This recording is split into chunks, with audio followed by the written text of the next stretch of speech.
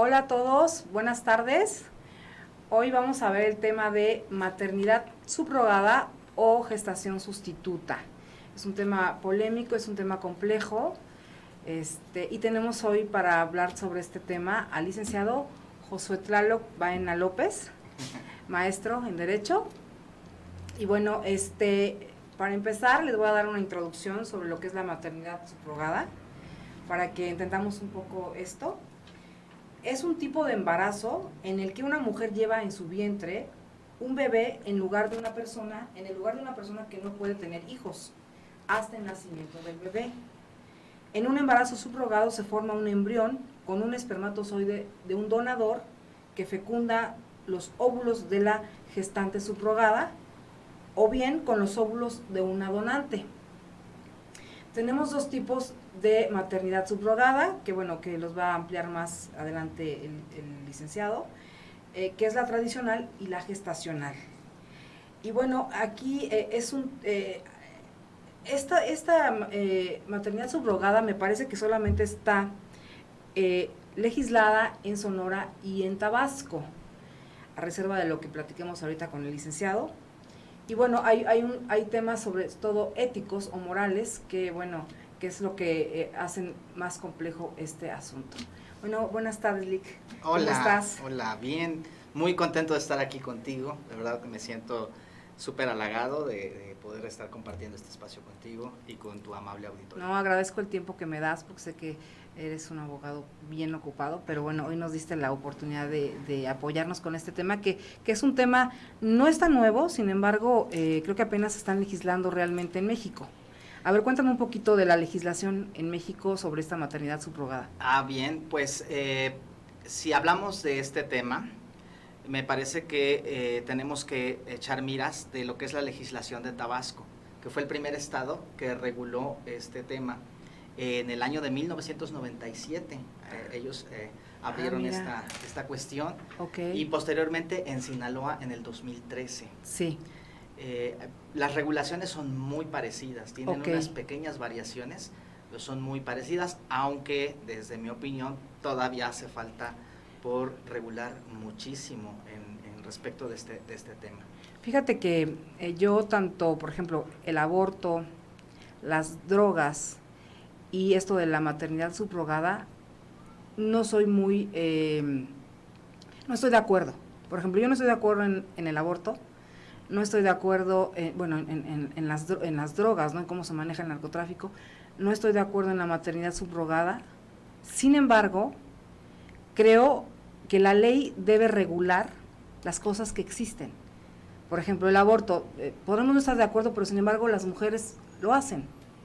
Entonces, de que lo hagan en una situación complicada y riesgosa, es mejor que esté regulada. Por ejemplo, yo estoy completamente a favor de que se regulen las drogas, o que se legalizara todo lo que es la materia de drogas, porque yo creo que sí bajaría el nivel de delincuencia, aunque obviamente pensar en un familiar que cayera en la adicción a las drogas debe ser terrible. Sin embargo, el hecho de no estar regulada provoca situaciones adversas para la sociedad. Y en la maternidad subrogada lo mismo. Se practica, y al practicarse tiene que ser regulada. Sí, ¿estás de acuerdo conmigo? Bueno, mira, yo soy muy casuístico y sí. He aprendido en el curso de los años que cada situación, cada caso se debe de analizar en lo particular. Okay. En el caso que tocamos, sí, de claro. gestación sustituta, lo que yo te podría decir es que la Suprema Corte ya se ha pronunciado sobre este tema. Sí. Básicamente lo que ha referido es de que el hecho de que los estados no lo regulen, claro, atenta en contra de los derechos humanos de las personas, de los niños y sobre de los de padres, mujeres. en el sentido de que ellos tienen la libertad Ajá. de decidir ser padres o no ser padres. Claro. Entonces la Corte en ese sentido se ha pronunciado sobre este tema. También por ahí, como vamos a ver un poquito más adelante, hay una limitación de edad para realizar esta práctica. Claro. Entonces hubo una controversia en ese sentido y la Corte validó que esta limitante de edad es constitucional, es válida. Ahora, ¿qué es lo que pasa en el tema de los estados? Porque tal vez una de las cosas que a lo mejor el público va a preguntar es, bueno, se está legislado en Tabasco y en Sinaloa, ¿y qué pasa en los demás estados? Ajá. ¿Qué sucede en los demás estados? Es importante que sepamos que hay 3 estados en los que está prohibido. Muy bien. Tajantemente en su legislación está prohibido. ¿Cuáles son y esos 3 estados es Querétaro, San Luis Potosí y Coahuila. Okay. Son los 3 estados en donde hay una prohibición tajante. O sea, ¿hay una pena en caso de que lo hagan? No es una pena de corte penal, vaya, no es un delito, sino el tema es que se da una falta de un elemento jurídico para que se pueda celebrar el contrato. Mira, todos los contratos, por regla general, se pueden hacer. Uno de los elementos de los contratos, un elemento de existencia, es que el objeto sea física y jurídicamente posible. Entonces, las leyes entienden que es jurídicamente imposible cuando se va en contra de una ley. Por eso, estos 3 estados que han prohibido esta práctica, si tú celebras un contrato de esta índole, el contrato sería inexistente desde mi punto de vista. En todos los demás estados no está regulado, pero tampoco está prohibido. Entonces, pudiera caber la posibilidad de que un contrato así se pueda realizar exactamente y surta efectos jurídicos. Pero obviamente no se prevén todas las posibilidades en que pudieran incurrir, ¿no? Algunas situaciones en desventaja para las madres gestantes, ¿no? O alguna situación complicada al no estar regulado. Sí, yo creo que uno de los aspectos que meridianamente se pretende regular en Tabasco y a su vez también en Sinaloa es efectivamente dar un tipo de asistencia o de vigilancia, de que haya condiciones, pero están mucho más orientadas al producto, al tema de que los derechos del niño se respeten, en función de que los padres, de que tenga una certeza de quiénes van a ser los padres, si las personas que aportan los gametos, el embrión, o la madre sustituta, la madre que presta el vientre o que renta el vientre, así en sus letras. Entonces, ¿qué es lo que pasa? Que la legislación de Tabasco establece un procedimiento a seguir para esta cuestión. O sea, le da seguimiento a todo el proceso que lleva el embarazo, la mujer, la gestante. Sí, propiamente desde la perspectiva legal le da intervención a la autoridad sanitaria para que la autoridad sanitaria realice estudios a la madre que va a poner el vientre y advierta y verifique que esa persona está en aptas condiciones sociales y físicas para poder llevar a cabo esta encomienda. Posteriormente se celebra este contrato ante un notario público. Mira, súper bien. Se firma ante notario público y después de eso se va con un juez de lo civil o de lo familiar que aprueba esta moción, este acuerdo, y al aprobarlo le da la filiación a los padres. Y supongo que obviamente se revisa como en una adopción, que los padres sean viables y todo este tipo de situaciones, ¿no? Sí, la condición para los padres es que ellos pues tengan una edad, más bien la condición primaria es que la madre no pueda tener hijos o que haya una contraindicación médica para que pueda ella tener esta cuestión. También hay un tema de edad para la madre, tiene que tener entre 25 y 40 años. Muy bien. No la madre que presta el vientre. La gestante. No la gestante, sino la persona que va a ser la madre, la que va a recibir el bebé. Es quien debe tener. ¿Y en la gestante, la madre de 25 a 35 años, que es una de las controversias que se dio en la Corte, la primera sala de la Suprema Corte hizo un análisis de este tema y decidió que es constitucional este requisito de la edad entre los 25 y hasta los 35 años. La Corte dice que pues lo que se busca es justamente que haya una persona con salud suficiente pues para que pueda gestar y no haya problemas con el feto. A ver si entiendo un poco, por ejemplo, si yo fuera una gestante sustituta, ¿no? Por ejemplo, una familia viene y me pide que yo tenga un hijo para ellos, ¿no? Para que la gente me entienda un poco. Entonces, puede ser a través de mi óvulo con el espermatozoide de la pareja masculina, o puede ser que con el óvulo de la madre gestante, de la madre solicitante, lo pongan en mí para que entonces yo geste una vida. ¿Así es el tema? Sí, efectivamente. En Tabasco. Y luego yo ya entrego, ya nace el niño y yo lo entrego por una cantidad. Bueno, eso de la cantidad, si quieres ahorita lo tocamos. Primero quisiera hablar de lo que estás mencionando. En Tabasco se previenen dos formas. Una que es la gestación, esta es la gestación por contrato subrogada, y la otra es la sustituta. En la subrogada, como lo referiste, como lo mencionaste, la persona gestante es inseminada aportando sus propios óvulos. O sea, la mamá que presta el vientre pone sus óvulos. Exactamente, y ya pues nada más inseminan a través del espermatozoide, que puede ser de una tercera persona, o sea, no necesariamente de la pareja, porque vamos a suponer que hay dos mujeres que están casadas, cuando las parejas son. Exactamente, y que por alguna razón estas mujeres no pueden concebir a un hijo por sus condiciones físicas, ya sea que no pueden o que está contraindicado. Entonces pueden acudir a una madre sustituta y el espermatozoide vendría de una tercera persona, lo implanta. O sea, cuando son parejas homoparentales, ¿no?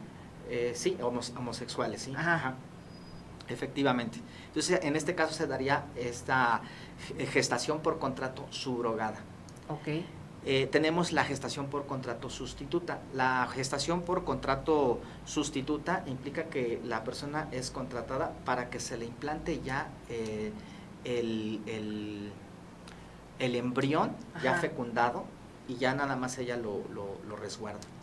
Okay. En el caso de la gestación por contrato subrogada, la madre que procrea entrega al niño bajo la figura de la adopción plena.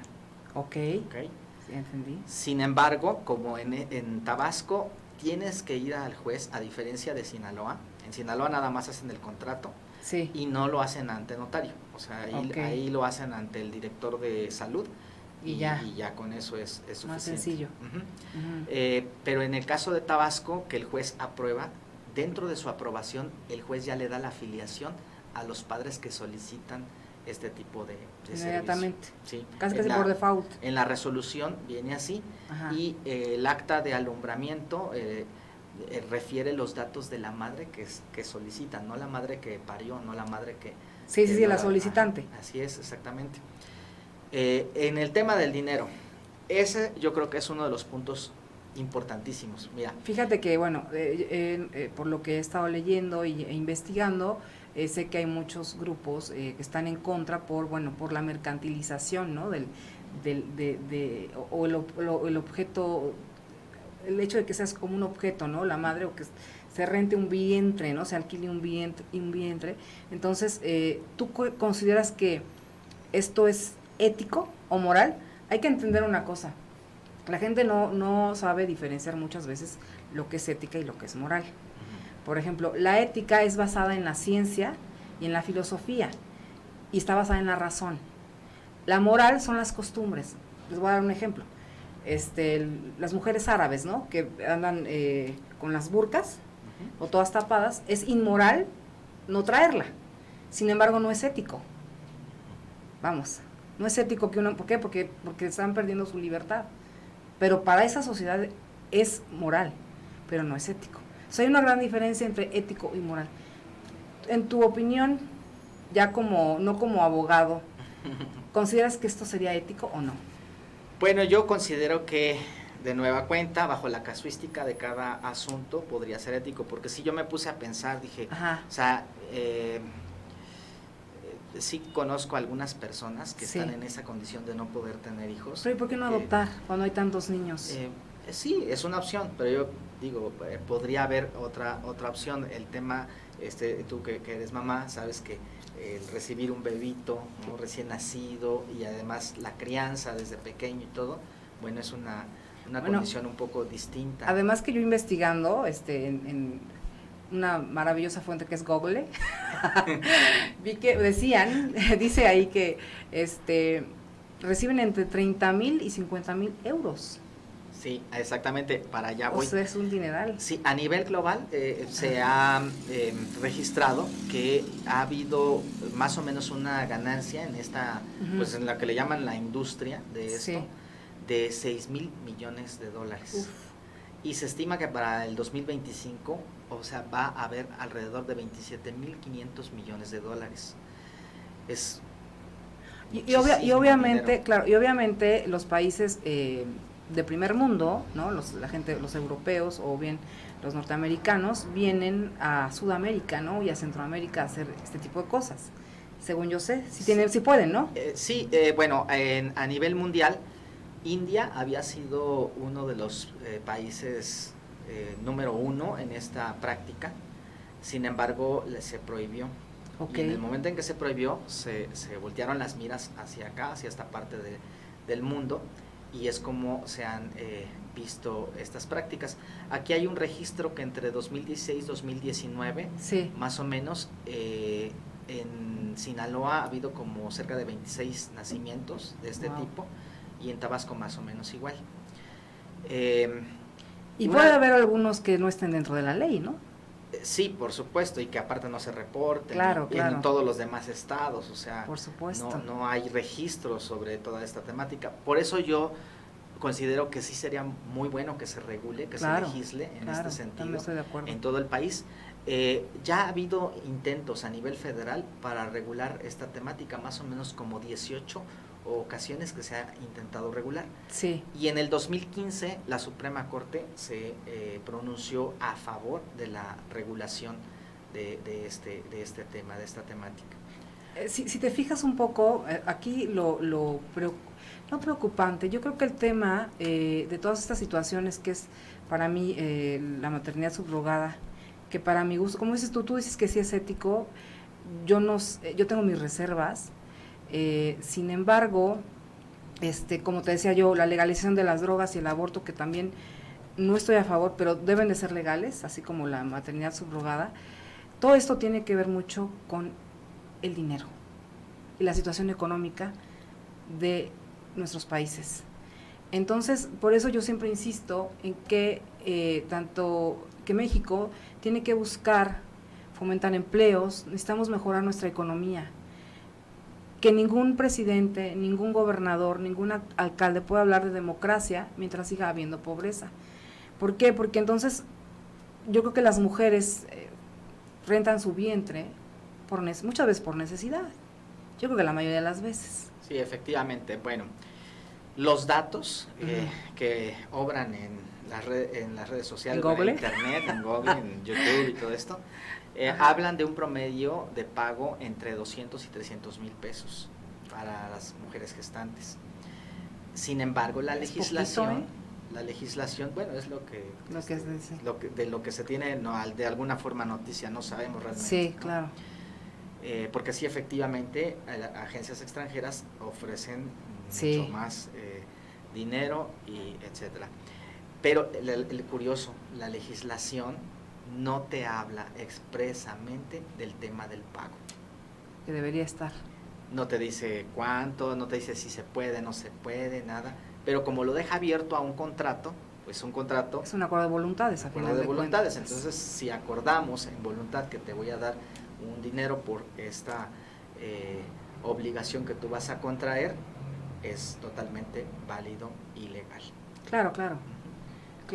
Pero a lo que me refería es que todas las prácticas en las que a veces no estamos de acuerdo, muchas veces tienen que ver con el tema económico. O sea, por ejemplo, hay un documental muy bueno en Netflix, no sé si ya lo quitaron, de cómo es que los jóvenes se involucran en el narco desde muy jóvenes, ¿no? Valga la redundancia, y precisamente es porque es dinero fácil, ¿no? La otra, las madres que a veces abortan, muchas veces por situaciones económicas. Entonces, todo esto tiene que ver con la economía, ¿no? Pero definitivamente creo que debe estar regulada, y como dices tú, debe estar regulada en todos los estados, en toda la República, porque bueno, se está practicando. Sí, yo pienso que debe de haber este tipo de prácticas. Pues la situación es de que efectivamente es multidisciplinaria la problemática. Sí. Creo que el tema tocado así como están las legislaciones, al menos en la de Tabasco, Sí. Y en la de Sinaloa, deja todavía muchos entredichos. Claro. Deja abiertas muchas situaciones. Muchas lagunas, ¿podría haber? Muchas lagunas, muchas legales. peculiaridades. Por ejemplo, en Tabasco sí establece que si la madre que ha prestado el vientre demanda la paternidad o la maternidad del nacido, sí, únicamente se le puede entregar si demuestra que la persona solicitante, la madre solicitante, falleció okay. o está incapacitada. Ok. Es la única manera en la cual le podrían dar, y dice la legislación, la custodia. Yo creo que los legisladores quisieron tratar de decir el tema de la filiación, con la patria potestad y la custodia. Sí. Pero bueno, no está muy clara esa parte, qué es lo que sucede. Bueno, y explícanos qué diferencia hay entre patria potestad y custodia, para que entienda un poco nuestro público. Bueno, la patria potestad sencillamente es, por decirlo de alguna manera, la facultad que tienen los padres Ajá. para poder dirigir a sus hijos, ¿no? Puedes decidir qué religión practican, qué tipo de escuela literalmente ocupan. Que es tu hijo, ¿no? Sí, son decisiones que tú tomas sobre el menor. La custodia es que tú lo estás cuidando, que tú físicamente lo estás cuidando. Pero no tienes la tutela, digo, la patria potestad completa. La patria potestad no se pierde nunca, por regla general. Ajá. En algunas legislaciones sí se establecen limitaciones al tema de la patria potestad, en el caso de que los padres hayan incumplido gravísimamente las obligaciones de la paternidad. Por ejemplo, el caso más clásico es cuando el padre abandona al hijo, al menor, ¿no? Pero ya la Corte ha dicho que debe ser un abandono absoluto, completo, o sea, que no haya contacto, que no haya manutención, nada. Cuando hay ese tipo de abandono, entonces ahí sí hay una restricción a la patria potestad. ¿Y qué es lo que implica? La persona que pierde la patria potestad ya no tiene ese, digamos, derecho a tomar decisiones sobre la temática del hijo. Por ejemplo, vamos a pensar que una pareja se separa, ¿no? Y los hijos quedan en la custodia, digamos, de la mamá. Aun cuando los hijos están bajo la custodia de la mamá, el papá, si sigue conservando la patria potestad, puede tomar decisiones, ¿no? Claro. Llega la mamá y le dice, oye, ¿qué crees? Fíjate que pues ahora quiero que mi hijo sea de la religión tal, ¿no? Y el papá puede oponerse a esa. Pero por ejemplo, en este caso de la maternidad subrogada, si pidiera la madre sustituta quitarle la filiación, ¿no? a la madre solicitante, pero hay un padre y él lo requiriera y el otro sí está posibilitado, ¿se le puede quitar? ¿El padre biológico? No, sí, el biológico. Ajá. El padre solicitante, es padre y madre solicitantes. Ajá. Esa es una de las lagunas que la legislación no la llena, no lo prevé, porque habla nada más de la madre. Dice se le va a dar la custodia del menor cuando se acredite que la madre ha fallecido, la madre solicitante, o que está imposibilitada. O por ejemplo, que muera la madre gestante, que sí nazca el bebé, pero la madre gestante, ¿a quién le pagarían por ejemplo, por el bebé, ¿no? Ajá. Por ejemplo. Exactamente, también ese tema de las condiciones de pago, porque, bueno, dentro de las condiciones para realizar este contrato, los padres tienen que contratar un seguro. A favor sí, es un seguro de gastos médicos mayores. A favor de la madre gestante. Exactamente, así es. Entonces, bueno, yo creo que ahí el tema sería pues el seguro, y en el seguro deben poner beneficiarios, y esa sería como que la. Fíjate que yo sé de muchos estados, bueno, muchos, he escuchado de Oaxaca y de Chiapas, que a veces venden a las niñas, los padres. Sí. No sé si sea cierto. ¿Tú sabes algo? Bueno, yo en lo personal, en una ocasión que viajé a Oaxaca, efectivamente una persona me dijo, oye, pues, pero a mí lo que me dijo fue, y fuimos a un lugar en donde había unas niñas de 12, 14 años, Uf.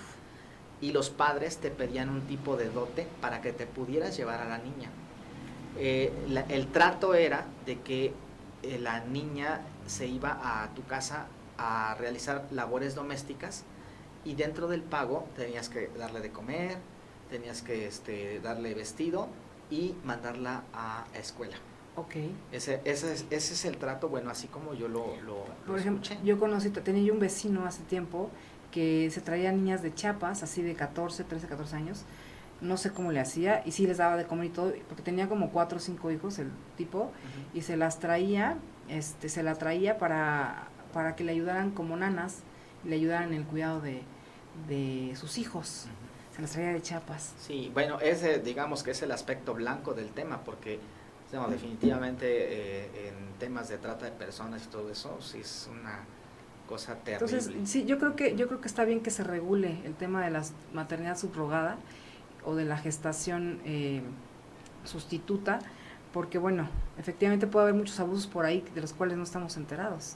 Sí, yo creo que con finalmente es lo que se busca, que con la regulación haya una mayor transparencia, mayor cuidado de los derechos humanos del niño o niña que vaya a nacer, de la persona gestante y de las personas solicitantes. O sea, creo que es importante que se involucre el gobierno y que asuma la responsabilidad de regular este aspecto. Pero como aquí el tema es, cada cosa que regulas va a costar más dinero. Y entonces el tema de ese dinero, de dónde lo van a sacar o a quién ya no se lo van a dar para que puedan realmente cubrir. Por ejemplo, aquí hablábamos de un tema ético. Yo creo que lo importante es que haya un estudio más profundo para ver si realmente hay la necesidad de esta práctica. Tal vez por entrar, cada caso, ¿verdad?